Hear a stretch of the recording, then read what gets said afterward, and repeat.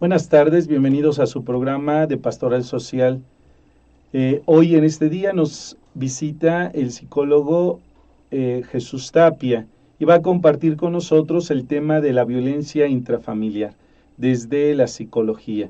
Entonces, hoy los invitamos a que nos dispongamos a comprender todo esto que va sucediendo a veces en las familias y que pensamos que es normal o pensamos que así es y nos acostumbramos a los gritos, a los maltratos, a las ofensas, a los insultos y a veces hasta palabras soeces que nos hacen sentir inferiores o nos hacen sentir como que no valemos. Hoy trataremos de abordar este tema que es un poquito ríspido, pero que es un tema que nos ayudará para una mejor convivencia en casa y desde el hogar, tanto con nuestros padres como con los hijos, como con los hermanos. Entonces, bienvenido, Muchas gracias, padre. licenciado, hoy en este tema que nos implica y que es muy interesante. Pues de entrada y entrándole de lleno, ¿qué podría decirnos sobre la violencia intrafamiliar? Sí, padre, muchas gracias. Buenas tardes a todo el auditorio. Gracias por estar aquí con nosotros y gracias por la invitación, padre. Muchas gracias a usted por aceptar esta Con todo invitación. gusto. Siempre es un placer. Bueno, pues yo creo que para abordar este tema, que es un tema pues complicado, complejo, por la naturaleza bien lo decía usted ahorita, padre, en muchas ocasiones pues nos vamos acostumbrando a ciertos modos que en un momento no nos damos cuenta y de repente somos conscientes y pues vemos que hay violencia por un momento y después continuamos en la relación familiar. Y bueno, pues esta situación en muchas ocasiones se va preservando, pues porque se conserva la secrecía por estar dentro del seno de la familia, ¿verdad? Entonces, yo creo que para pues entrarle de una manera adecuada a este tema con tantos factores, ¿verdad?, que inciden, que influyen en él, pues yo pienso que lo que hay que hacer es definir qué es la violencia. La violencia es una amenaza, desde ahí puede empezar la violencia, ¿no? No necesariamente ejecutar, sino ya desde que se amenaza, o también puede implicar ya de manera efectiva el uso de la fuerza física en contra de una persona. Y se llama violencia cuando este uso de la fuerza o esta amenaza del uso de la fuerza puede tener como resultado lesiones o desafortunadamente pues la muerte de la persona. Este es un tema serio, como decíamos, por la implicación que esto puede llegar a tener. Estamos hablando de que pueden llegar a ocurrir lesiones o que puede llegar inclusive pues, a un desafortunado deceso. Entonces, esto es lo primero, que entendamos qué es la violencia. Es la amenaza o el uso de la fuerza física en contra de una persona, en donde esta amenaza o fuerza física puede tener como resultado lesiones o la muerte. Y cuando esto ocurre dentro del seno de la familia, como ya lo decíamos, pues está el factor de la secrecía, en donde pues esto hace que se preserve, ¿verdad?, el problema a lo largo del tiempo. Y luego, bueno, pues también para afrontar de un modo directo, ¿verdad?, el problema de la violencia, pues hay que ser muy claros y contundentes y reconocer, ahorita vamos a hablar un poquito de cifras, pero de manera abrumadora, ¿verdad? Aunque no exclusiva, de manera abrumadora, pues la violencia se ejerce desafortunadamente en contra de la mujer. Ha habido muchos esfuerzos a nivel social, desde pues, las legislaciones, el cómo se aplican esas legislaciones, incluso dentro de la iglesia, dentro de las familias, en las escuelas se están haciendo también esfuerzos pues por llamar primero por su nombre a la violencia y luego tratar de resolverla, pero esto sigue ocurriendo y no es nuevo. Ha ocurrido así pues desde incontables momentos, pero hoy estamos haciendo un esfuerzo, creo yo que todos en la sociedad, para pues erradicar, ¿verdad?, la violencia que, como ya mencionaba, pues en muchas de las ocasiones pues es ejercida en contra de los más vulnerables, las mujeres, los niños, los ancianos. Muy bien, bueno, pues así como nos hacen este reencuentro rápido de lo que es la violencia, este ejercer una coacción sobre las personas más vulnerables en la casa, en la familia, y puede llevar a ocasionar la muerte. Quisiera yo centrarme en un aspecto fundamental. Creo que la violencia tiene que ver mucho con el control de la ira. No sé si esté en lo adecuado o en lo incorrecto. A veces somos violentos porque no nos enseñan a controlar nuestros estados de ira. Yo siempre he dicho, todos nos enojamos, Ujú. todos llegamos a tener un estado de ira, pero hay cosas que no me atrevería a hacer, ¿no? O no pasarían por mi mente. Pero, ¿cómo es posible que alcancemos un estado de ira tan grande que ocasionemos daño físico, psicológico a una persona? ¿Qué es el factor que detona eso? Sí, como le decía padre, pues es un problema complejo. em, y también desde sus causas, también es complejo desde sus causas. Digamos que se ha pensado, ¿verdad?, en atribuir alguna de estas causas de la falta de control de los impulsos, pues a un daño biológico. Hay Ujú. una parte de nuestro cerebro que es el sistema límbico, que de hecho el desarrollo de este sistema límbico es exclusivo del ser humano, incluso los primates no lo tienen tan desarrollado como nosotros. Entonces, desde el punto de vista biológico, pues se piensa que puede haber, ¿verdad?, una falla en el desarrollo de este sistema límbico y que ese es el motivo por el que las personas pueden llegar a tener un pobre control de los impulsos. Esa es una de las teorías. Hay otras. Otra teoría tendría que ver con la historia del agresor. Hay un libro que se llama El hombre en busca de sentido de Víctor Frank, Sí. y en este libro, en una parte, en la última parte de su relato, el libro se divide en dos partes. En la primera habla de cómo le fue en el campo de concentración, y en la segunda parte propone una teoría de cómo abordar la terapéutica de las personas. En la última parte, de la primera parte, donde termina el relato de cómo vivió él en el campo de concentración, eh, él cuenta una anécdota. Están ya pues muy exhaustos, ¿verdad? Los sobrevivientes, pues prácticamente sin músculo, casi el esqueleto.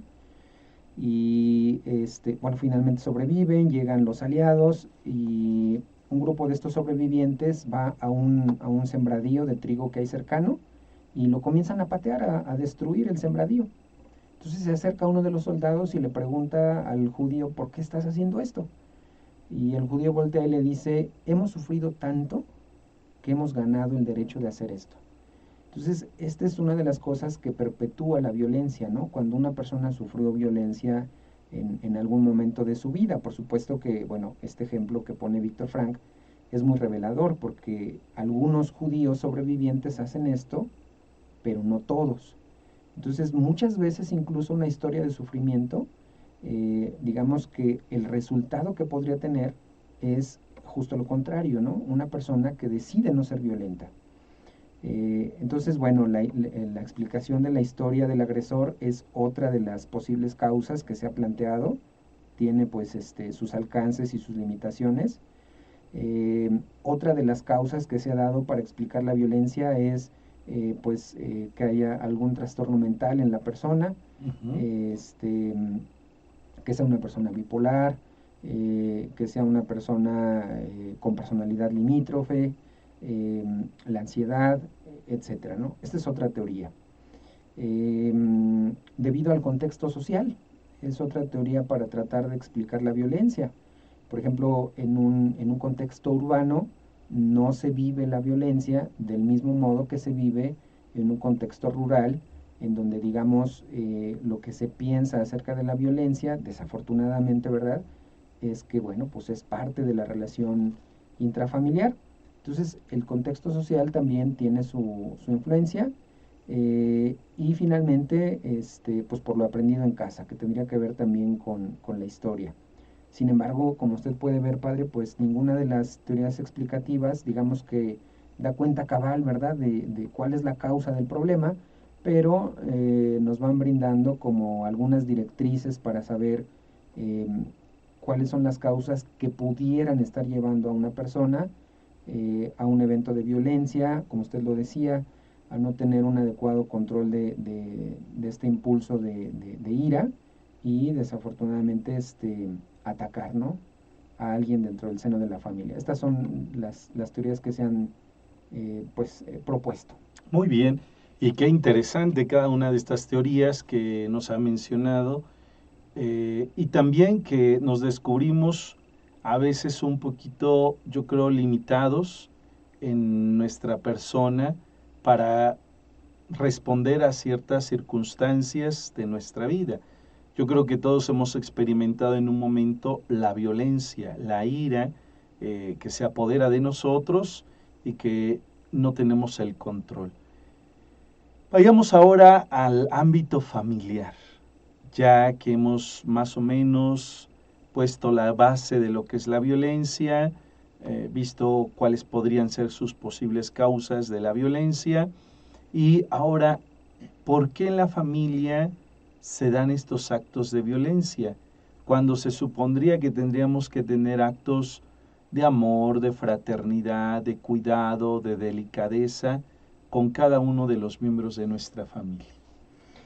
Sí, bueno, pues quisiera abordar esta parte, ¿verdad?, de la temática, comentando algunos datos estadísticos.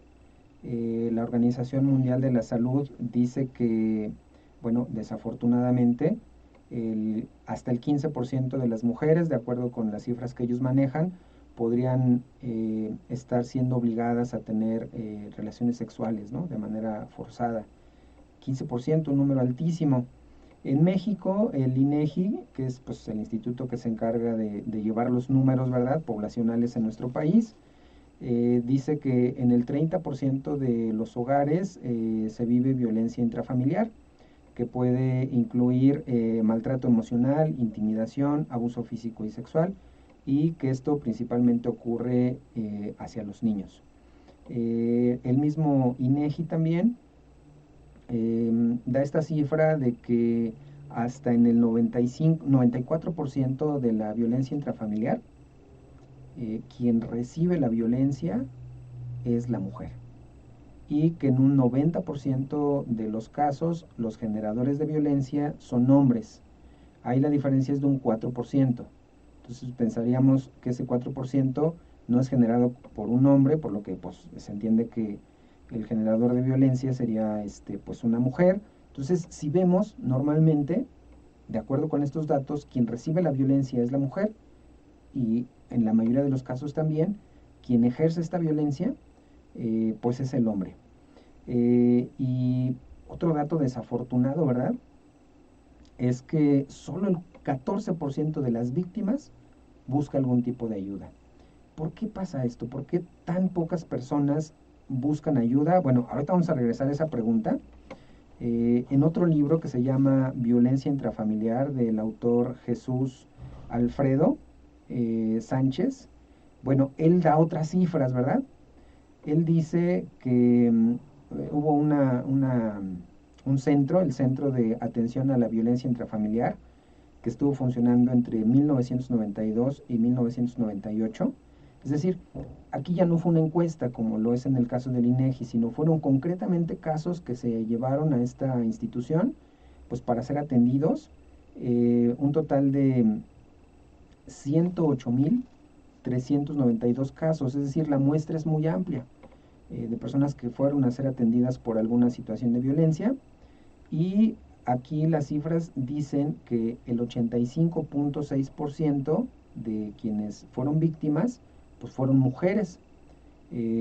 Pues estamos hablando prácticamente de un 10% menos en comparación con la cifra que presenta el INEGI.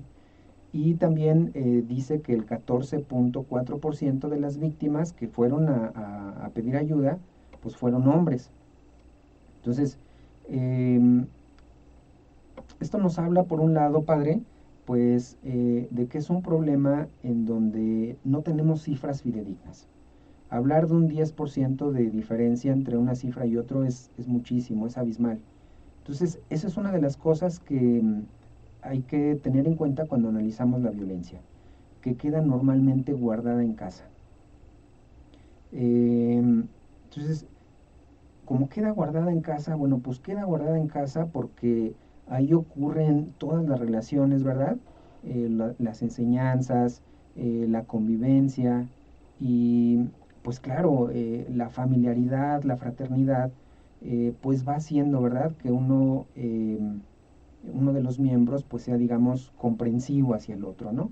Quizá tuvo un mal día y de repente, pues sin darnos cuenta, esto ya ha venido creciendo, creciendo, creciendo, hasta que hay un momento en donde pues sí, ya es un verdadero problema.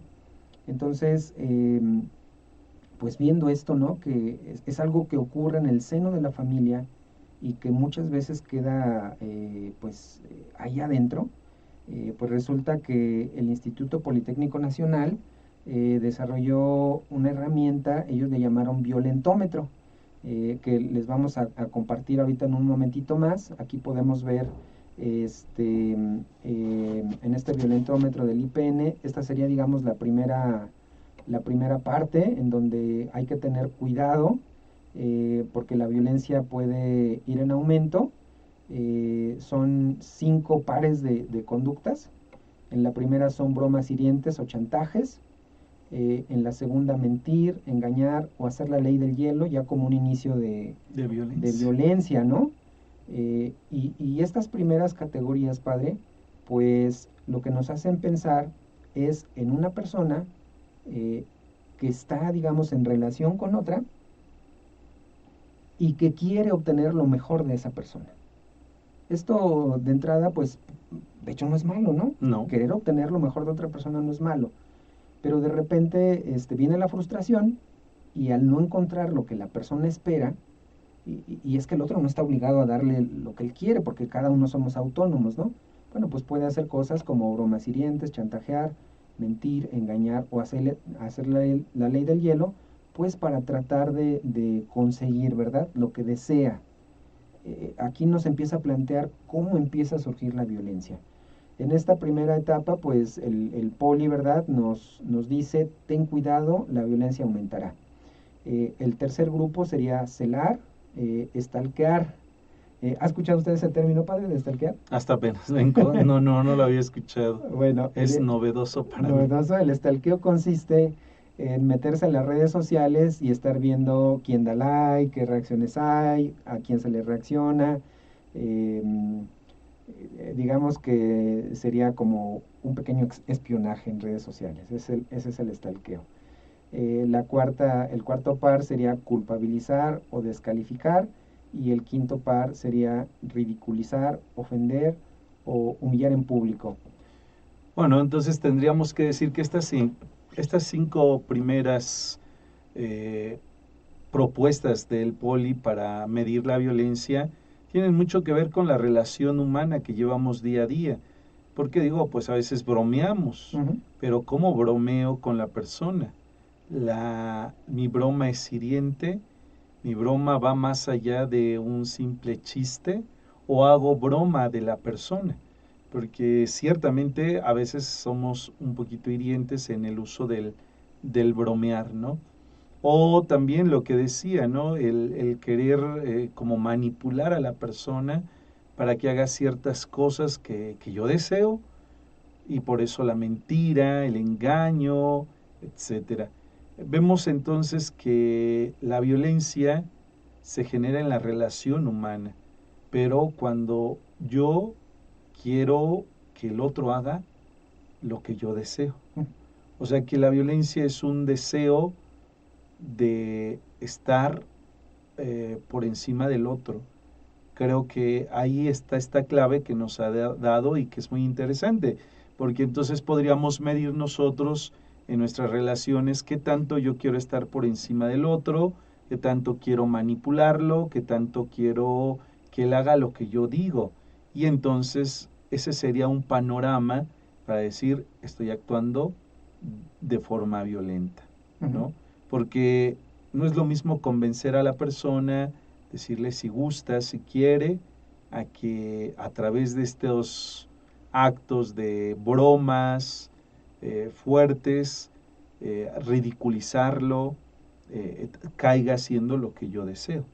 Entonces vemos este panorama que es muy interesante, que nos va marcando y que nos va dando una pauta para descubrir cómo se origina entonces la violencia. En primer cuenta nos queda claro, la violencia es una situación de relaciones con las demás personas. Y vemos con pues, esta regla para medir la violencia que nos proporciona el poli, que efectivamente se dará en nuestras relaciones un acto de violencia cuando nosotros no somos capaces de sabernos relacionar adecuadamente y no forzar a nadie para obtener un provecho, un beneficio personal. Muy bien. Así es, padre. Y bueno, esta es, digamos, la primera parte de 3 partes. Está todavía, digamos, está en verde Ujú. en el violentómetro. La siguiente parte de esta escala está ya en amarillo. Yo creo que ahorita por aquí la vamos a poder ver para que veamos las categorías que incluye esta segunda parte, ¿no? Si fuera un semáforo, pues sería el preventivo. Y Ujú. aquí el poli nos da la indicación, reacciona, no te dejes destruir. Y lo mismo, son 5 pares de conductas. En el primero vemos cómo ya va subiendo de nivel, ¿verdad? Intimidar, amenazar y controlar. Por ejemplo, ahora el celular, ¿no? Sí, que es muy común. Súper común, desafortunadamente, ¿no? No nos damos cuenta, pues al ser un objeto que tenemos tan a la mano, no nos damos cuenta de que muchas veces estamos invadiendo la privacidad del otro o dejando, ¿verdad? Son muchas las parejas que dicen, no, pues es que aquí no hay nada que ocultar y los dos tienen la contraseña del celular del otro. Y bueno, pues hasta ahí no pasa nada, ¿verdad? Pero ya cuando esto va detonando en querer controlar las cosas que ahí ocurren, bueno, pues esto es donde digamos es la línea, ¿no? Que hace la división entre algo que no es violento y algo que sí. El segundo par de conductas sería destruir la propiedad o manosear. Vemos cómo va incrementándose la gravedad de las acciones. Y gravedad, digamos, medida en términos de sus consecuencias también, ¿no? Podemos nosotros concretamente ponerle un número a cuánto cuesta el objeto destruido. En muchas ocasiones hemos escuchado pláticas de que algo vio una persona en el celular de la pareja, la aventó y la destruyó, ¿no? A veces celulares que pueden costar, no sé, Unos 10 un mil mes o pesos. 2 meses de salario de una Ujú. persona, ¿no? Exacto. Para no hablar en términos de números, ¿no? Sino del esfuerzo que esto implica, ¿verdad? Bueno, el tercer grupo serían las caricias agresivas o golpear jugando. Vemos cómo va subiendo, ¿verdad? Aquí de nivel. En el cuarto grupo de conductas estaría pellizcar, arañar, empujar o jalonear. En el quinto par de conductas estaría cachetear o patear. Ahí ya vamos viendo pues el cachetear, el patear, pues ya conductas claramente violentas, ¿no? Hacia la persona, padre. ¿Hay alguna que le haya llamado a usted más la atención, padre? Pues para mí, de las novedosas es esta del control a través del celular, ¿no?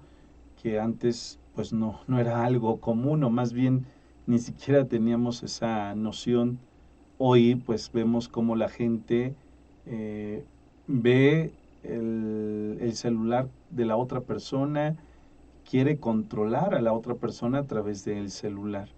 Creo que sí es algo llamativo. Aunque también aquí veo algo novedoso que también ellos ponen, pellizcar, empujar. ¿Y cuántas veces nosotros al niño le damos un pequeño pellizco, ¿no? Oye, ya estate quieto y lo pellizcamos y creemos que no es un acto violento. Ujú. Pero, pues es un pellizco, no pasa nada. Yo creo que a veces nos sucede que no vemos la magnitud del acto violento, ¿no? O cuando le decimos, ay, no seas tonto y le damos, decimos un zape, ¿no? Como una acción de, pues es que eso no puede ser violencia. Y seguramente que son actos violentos que nos los van ya marcando, ¿no? Que nos van diciendo, hey, atención, algo ahí está mal, algo está erróneo. Y no se diga, pues ya, patear, abofetear, son situaciones ya de mucha agresividad, ¿no?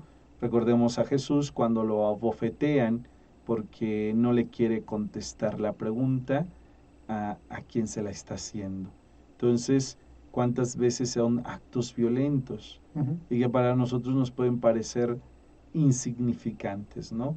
O comunes, decir, pues es que, pues así se llevan, así se patean, así, y sabiendo que es un acto violento.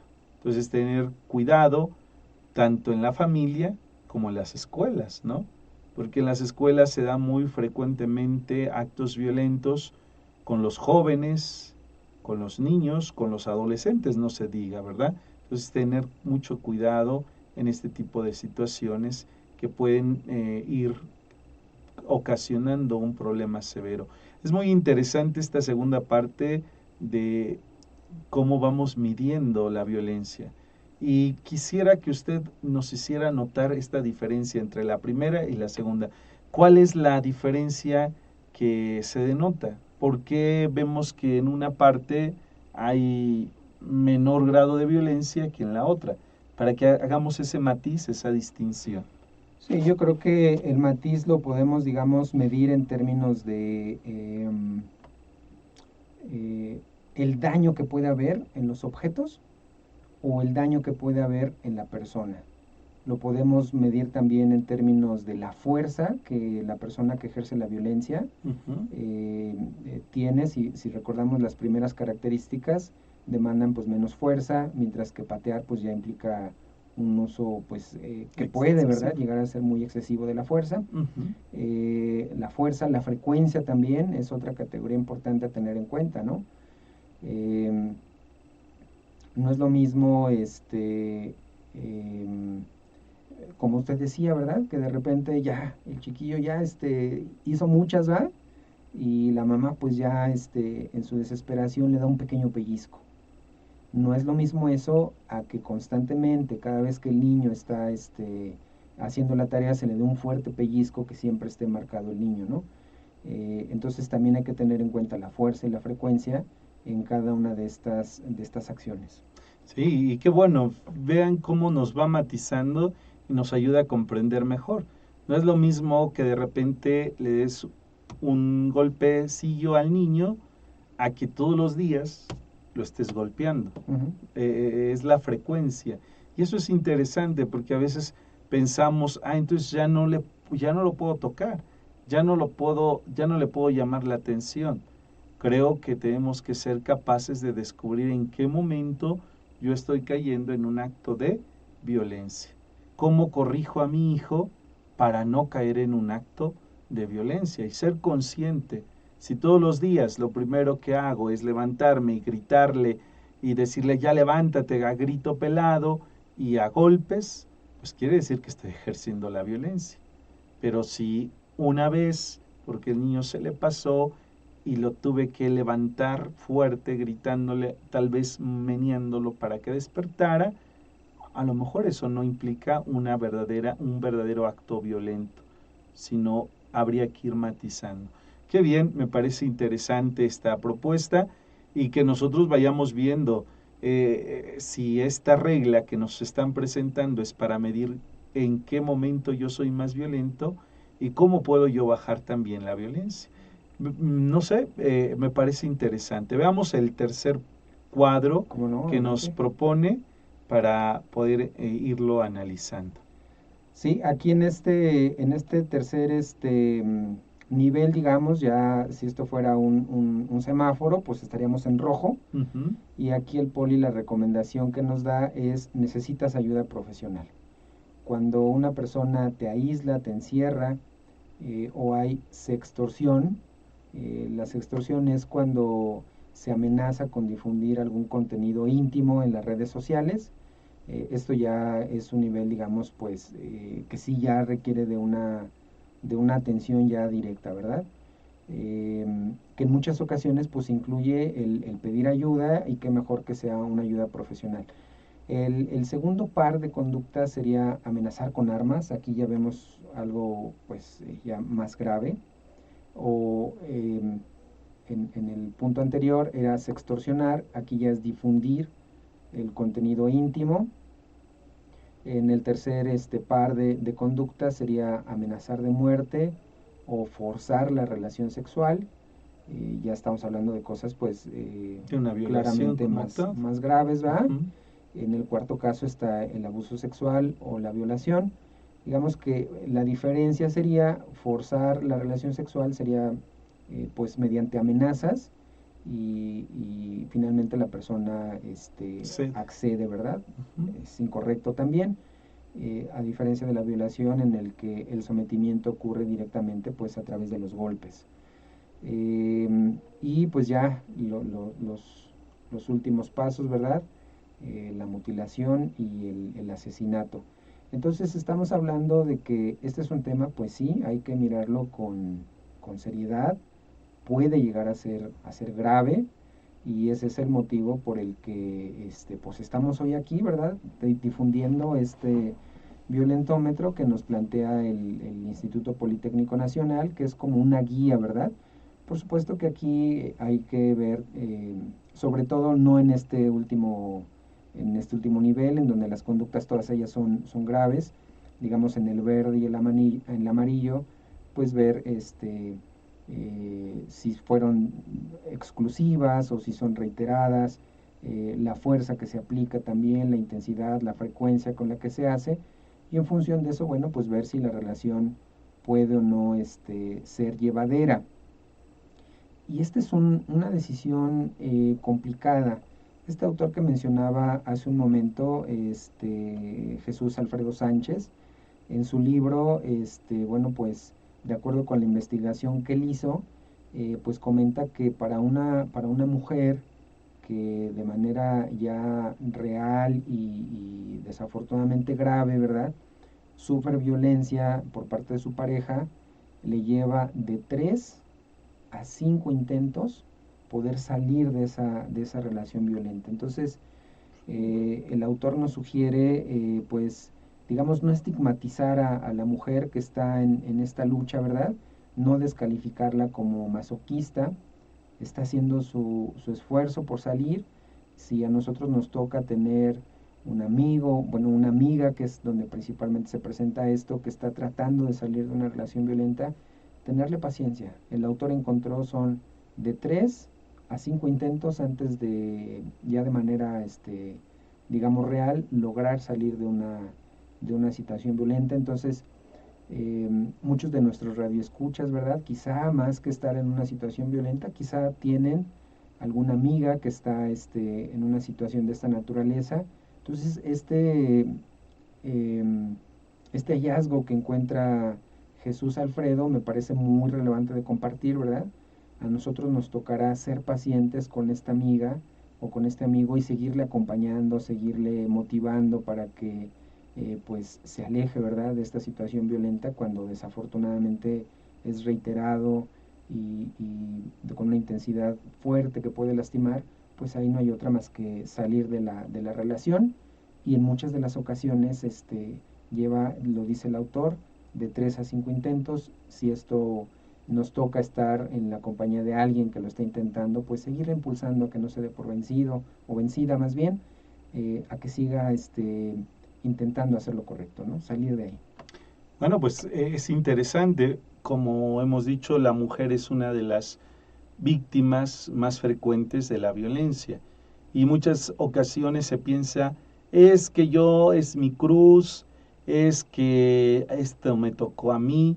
Bueno, sí, puedes soportar a veces una mala economía, el que tengas que trabajar, el que tengas que luchar para salir adelante con la persona amada, pero no puedes tú tolerar el abuso de la violencia, porque cuando hay abuso de violencia, estás rompiendo la relación del amor, de la afectividad, que es el vínculo más sagrado. Entonces, el matrimonio ciertamente tenemos que buscar la manera de que sobreviva a muchas circunstancias, pero tampoco estás obligada a que tu matrimonio sea la fuente de que tú tengas que tolerar actos violentos hacia tu persona.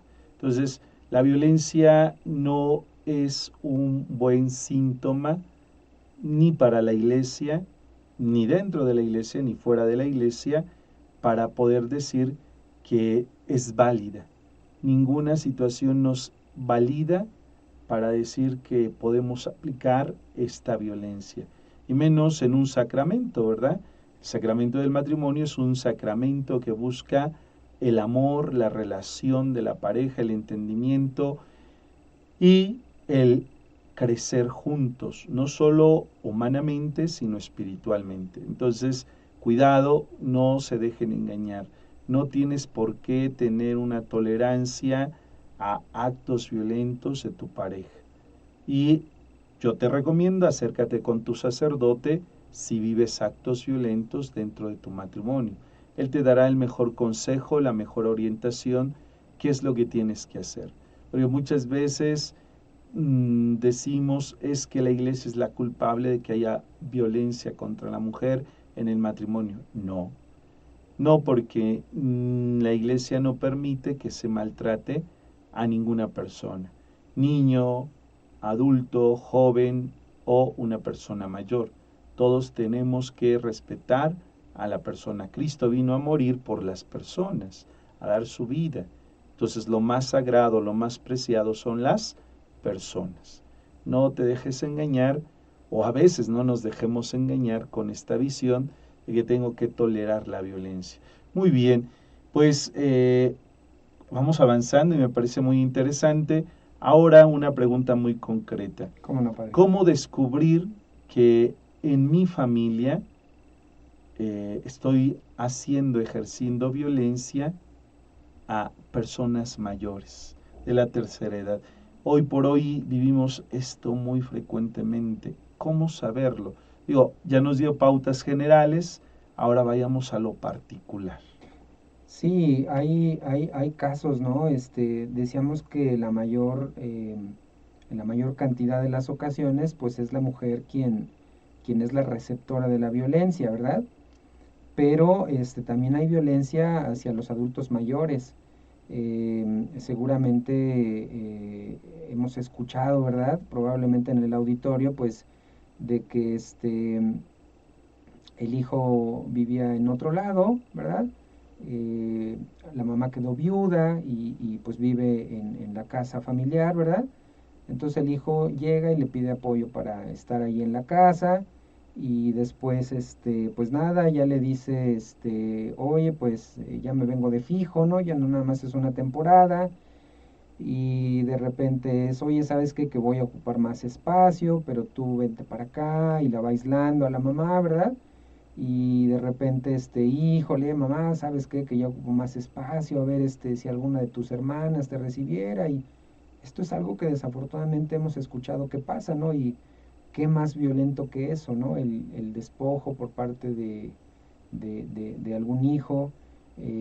Los adultos mayores, pues en muchas ocasiones, pues necesitan ya de un apoyo especial, como en su momento cada uno de nosotros como bebés, ¿verdad? Lo necesitamos, eh, pues dependiendo de la condición física que tenga el adulto mayor, a veces pues estos cuidados especiales implican el aseo pues de las funciones normales que cada uno de nosotros tiene y en ocasiones pues también ahí hay violencia hacia los adultos mayores.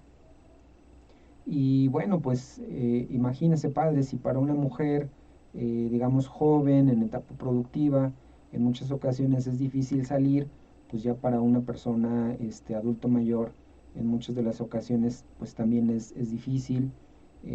Muchas veces nosotros sabemos de estos casos, pues porque es un vecino, y cuando es un familiar, ¿no? Pues muchas veces lo mismo, ¿no? Somos invitados a no meternos, ¿no? Imagínense si la persona es violenta con el adulto mayor, pues lo va a hacer probablemente contra quien se meta también en su intento De ayudar. sí, entonces, ¿cómo identificarlo? Pues ahí está, ¿no? Es visible, El adulto mayor, claro, pues es testigo de ello porque lo sufre, pero como en los otros casos, muchas veces no hay la posibilidad de salir de esto. Si bien, si bien la legislación también ha crecido mucho, ¿verdad? Ha cambiado para pues proteger a los vulnerables, a las mujeres, a los niños, a los adultos mayores. En el caso de los niños, por ejemplo, comentaba usted hace un momento, padre, pareciera que ya no se les puede tocar, ¿no? La verdad es que eh, esto está ocurriendo pues porque hoy los niños dicen, este es mi derecho, ¿verdad? Se les está educando para saber estas cosas y también este esfuerzo que se está haciendo aquí a través de la radio San Juan Diego, pues de dar a conocer el violentómetro, de saber cómo nosotros pues podemos escuchar y acompañar a una mujer que esté sufriendo de violencia en su familia, en este caso a un adulto mayor, si es nuestro vecino, si es nuestro familiar, pues motivarlo, ¿verdad?, a que se presente frente a la autoridad y haga valer pues el derecho, en este caso, a su propiedad, a sus bienes. No sé si usted sabía, padre, pero ahora no nada más las esposas y los hijos pueden pedir pensión frente a un tribunal familiar. Los papás que están impedidos para trabajar también pueden pedir le llaman, el término legal es alimentos. Pueden pedir los alimentos frente al juez familiar. Entonces hay muchos derechos que ya hoy la ley está tutelando, está protegiendo. Entonces, ¿qué es lo que podemos hacer si nosotros tenemos un conocido que está, algún familiar, algún vecino que está pasando por esto? Pues motivarlo, ¿verdad?, a que vaya frente a la autoridad competente, pues para que le ayude a poder ejercer los derechos que le estén siendo vulnerados. Yo creo que ese es el modo en el que podemos ayudar, padre. Sí, pues fíjense qué interesante, se va haciendo el proceso de saber que tenemos que ayudar a las personas que han sido violentadas, ¿no? No podemos llenarnos de temor ante los actos violentos y mucho menos hacia las personas violentas, sino buscar los medios, las herramientas adecuadas para ayudar a esas personas que han sido vulnerados sus derechos. Y a mí me parece muy triste a veces cuando explotan a los adultos mayores. Hay casos en los que de repente los ponen a los adultos mayores a pedir limosna y los hijos se quedan con el dinero y eso es un abuso. Y eso también habla de la falta de una verdadera educación. ¿Por qué? Porque ¿cómo es posible que un hijo sea capaz de poner a su padre a pedir limosna y a quitarle el dinero que ha recibido? Es grave la situación que vivimos, pero eso también habla de la descomposición de la persona, del ser humano, cómo nos vamos descomponiendo, ¿no? Porque son actos de descomposición. El hecho de que una persona tome una acción de quitarle la casa a su padre o a su madre es una descomposición de la persona, de la verdadera personalidad que deberíamos de tener todos. Bueno, en cuanto al adulto mayor, bueno, pues habrá que denunciar. ¿Y cómo saber de un niño que se le está ocasionando violencia o se está ejerciendo violencia? Sí, fíjese usted que tengo una amiga, ¿verdad? Ujú. Frecuentemente me escribe por WhatsApp. Oye Jesús, soy una muy mala madre, fíjate que me desesperé, le pegué a mi hija. Y entonces yo le recuerdo todas las cosas buenas que hace por su hija, porque yo la he visto cómo cría a su hija y es una buena madre, pero efectivamente está atravesando una situación difícil, Ujú. a veces se desespera. Entonces, ¿cómo saber que estamos violentando a un niño?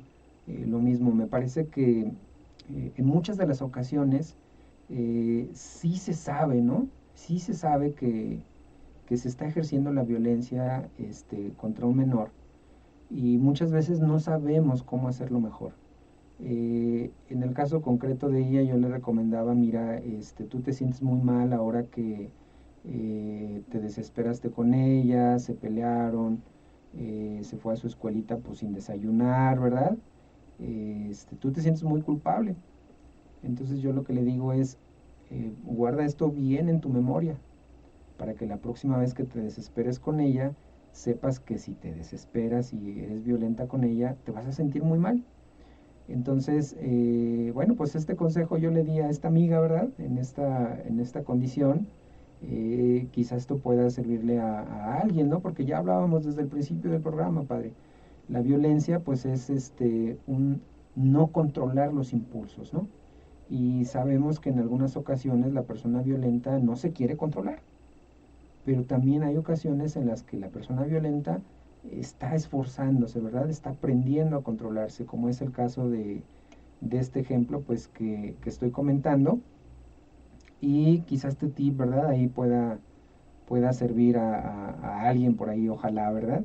Y lo mismo, nos toca a veces a nosotros como auditorio, pues acompañar a alguien que está, batallando por ser buena madre, que está batallando por ser buen esposo, buena esposa, pues lo mismo, invitarles a que tengan paciencia, a que sigan intentando, eh, todas las cosas que nos pasan, las buenas y las malas, y yo diría que principalmente las malas, están ahí para enseñarnos algo.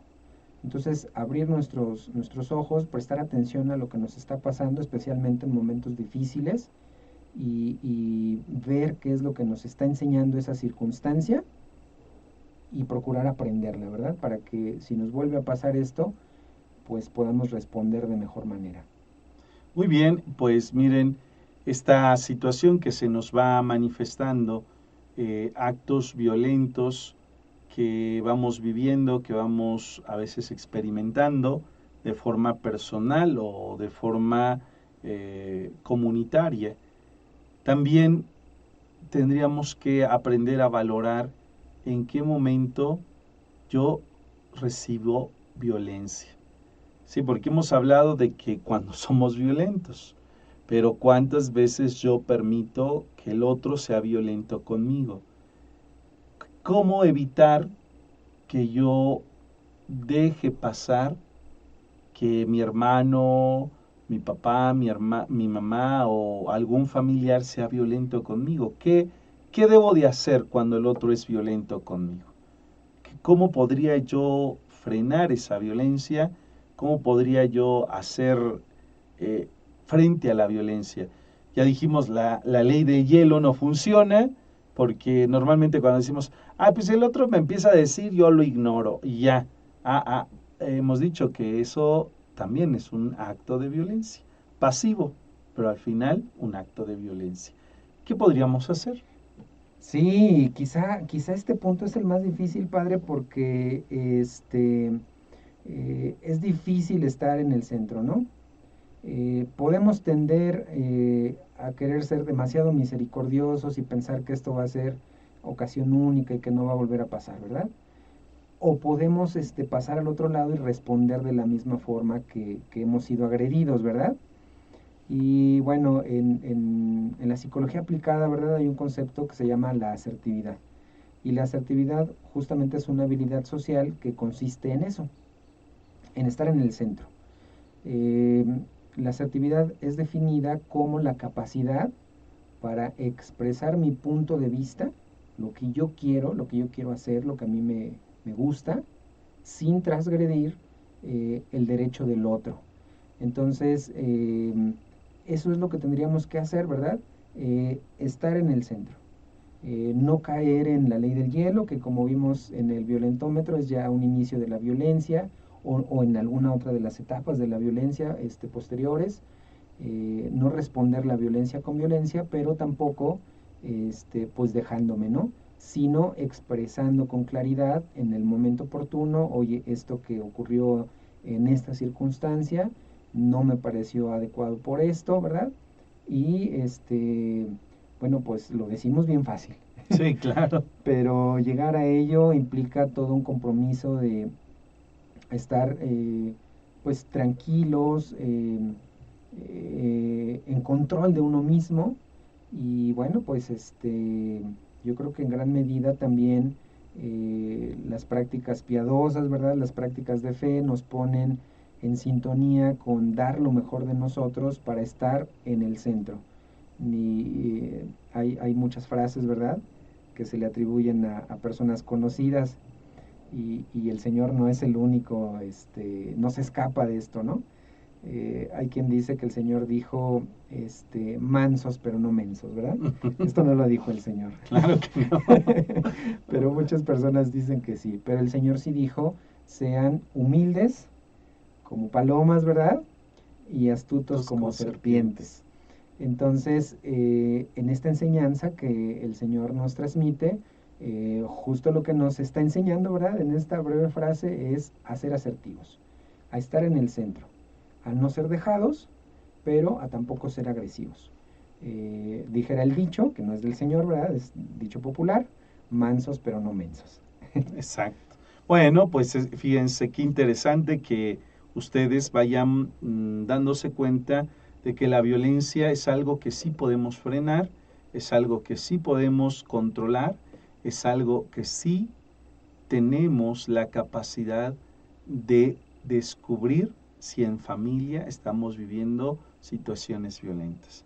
No es algo que quede oculto o que quede, diría yo, en un panorama muy efímero que no me es posible saber la realidad, somos o no violentos.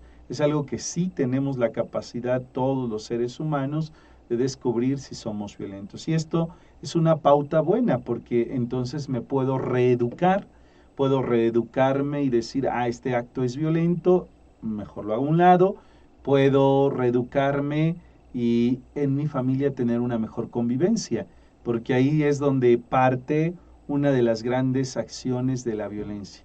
Donde aprendemos a ser violentos es en la familia. Si vemos un padre que golpea a mamá, pues el niño va a golpear a sus compañeritas en la escuela.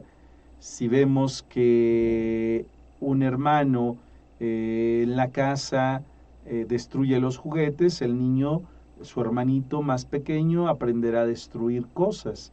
Entonces tenemos que aprender desde la familia a ver qué cosas nos hacen ser violentos y qué podemos ir disminuyendo para quitar esos actos violentos y aprender a convivir y, como se nos ha dicho, a ser asertivos, ¿no?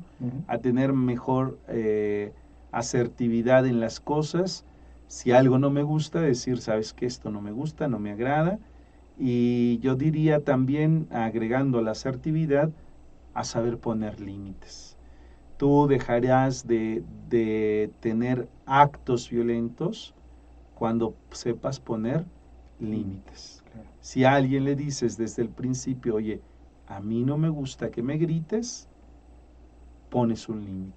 Y la persona aprenderá a respetarte y hablarte de manera adecuada. Pero si tú permites, pues la broma pesada, permites el sarcasmo, permites otras cosas, tú mismo estás abriendo la puerta a la violencia. Así es. ¿No será que nosotros somos los primeros en abrirle la puerta a la violencia en la casa? Hoy los invitamos a que cerremos esa puerta y que no dejemos entrar a este enemigo número uno en nuestras familias. El enemigo número uno es la violencia. Y qué triste que vivamos en México muchos actos violentos. ¿Por qué? Porque hemos dejado la puerta abierta a que entre la violencia y entonces no le hemos puesto ni límites y ni hemos sido asertivos. Entonces, creo que esto que nos ha dicho es muy enriquecedor, nos ha iluminado y bueno, también tener en cuenta que nosotros como personas de fe tenemos que ir descubriendo cómo el Señor siempre nos invita a la paz. La paz esté con vosotros, les dice a sus discípulos. Entonces el Señor quiere la paz para cada uno de nosotros. A lo mejor tú estás diciendo, ay sí, Padre, pero si usted supiera ahorita el problemón que tengo o la violencia que tengo interior, ¿cómo superar todo esto? Bueno, pues ya nos han dicho que tenemos que ir descubriendo estos medios que se nos van dando para ir frenando estos actos de violencia. Y si yo me descubro violento, ¿qué hacer? Pues en el consultorio hemos recibido, ¿verdad? Varias personas que están en su esfuerzo por dejar esto atrás, ¿verdad? Entonces, en el consultorio, bueno, pues encauzamos, ¿verdad? El esfuerzo que está haciendo la persona. Ahora, no por eso es que la persona va y esto queda resuelto, eh, pero digamos que lo que hacemos es ayudarla a que tenga una mejor posibilidad, ¿no? Pensando en su realidad, pensando en posibles soluciones, en estrategias, ¿verdad? Que les permitan bajar el nivel de ansiedad o de intensidad en los impulsos o en cómo vemos la realidad, bajarle esa intensidad, pues para que puedan también encauzar mejor, dar una mejor respuesta, una respuesta no violenta. Entonces esa es una de las cosas que se podría hacer. Ahora, el psicólogo no siempre ha existido. Realmente la psicología como un medio para asesorar a las personas, pues más o menos de 1950 para acá. Hay otros actores dentro de la sociedad que también pueden hacer este rol, los amigos, los familiares, los sacerdotes.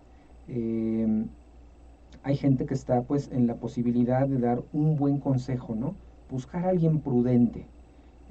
Ese puede ser el consejo si tú has observado que no te estás controlando, que eres violento, para que tú puedas incrementar la posibilidad de salir de esto, busca el consejo de alguien prudente o de un profesional en un determinado momento. Ese sería el consejo, padre.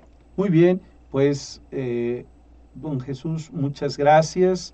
Le agradecemos su presencia, que esté con nosotros, pero sobre todo siempre invitándolos a buscar la ayuda profesional. Por favor, busquen ayuda siempre profesional. Es la mejor manera de ir solucionando muchos problemas. No busques una ayuda pronta, rápida, porque las salidas prontas nos llevan a perdernos pronto. Mejor busca siempre ayuda profesional. Esto se los decimos porque a veces los profesionales dicen vas a tardar y decimos, ay, pero es que yo lo que menos quiero es tardar. Ya quiero que, como si fuera una pastillita, me la tomo, me quita el dolor. Pero en cuanto al ser humano, no somos de pastillitas. Tenemos que hacer un arduo trabajo, una ardua labor. Así que si te descubres violento, busca ayuda profesional. Busca quien te pueda asesorar y qué hacer en este momento en que pierdes la capacidad de pensar, la capacidad de racionalizar lo que te está pasando, ¿no? Y pues no nos queda otra cosa más que invitarlos a eso, que no busquen ustedes soluciones fáciles, porque muchas de nuestras soluciones fáciles pues pueden ser que en realidad no nos den la solución. En realidad no son solución, ¿no? Hay que hacer el camino. Exacto, hay que caminar y a veces caminar es como arar la tierra, y arar la tierra es quitar todas piedras, infinidad de cosas que puede tener la tierra, que por eso no está produciendo la tierra los mejores frutos. Entonces habrá que ir quitando las asperezas que hay en tu vida. Piensa esto y piénsalo bien. De parte de nosotros les agradecemos su presencia. Maru Díaz, señor Tapia, un gusto verlo en esta catequesis. Saludos y bendiciones. Saludos para ti también, Maru Díaz.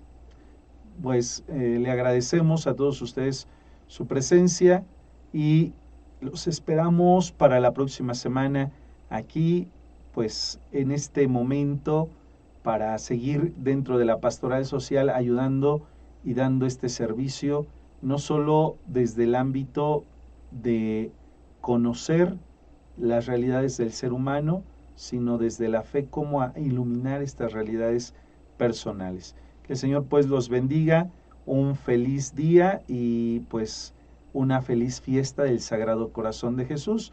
Que el Sagrado Corazón de Jesús los llene de ese amor que a veces nos hace falta y que a veces pues nos olvidamos que fuimos creados para amar y que por eso caemos en estos actos de violencia. Muchas gracias a todos ustedes. Gracias, licenciado, que estén muy bien. Gracias, gracias.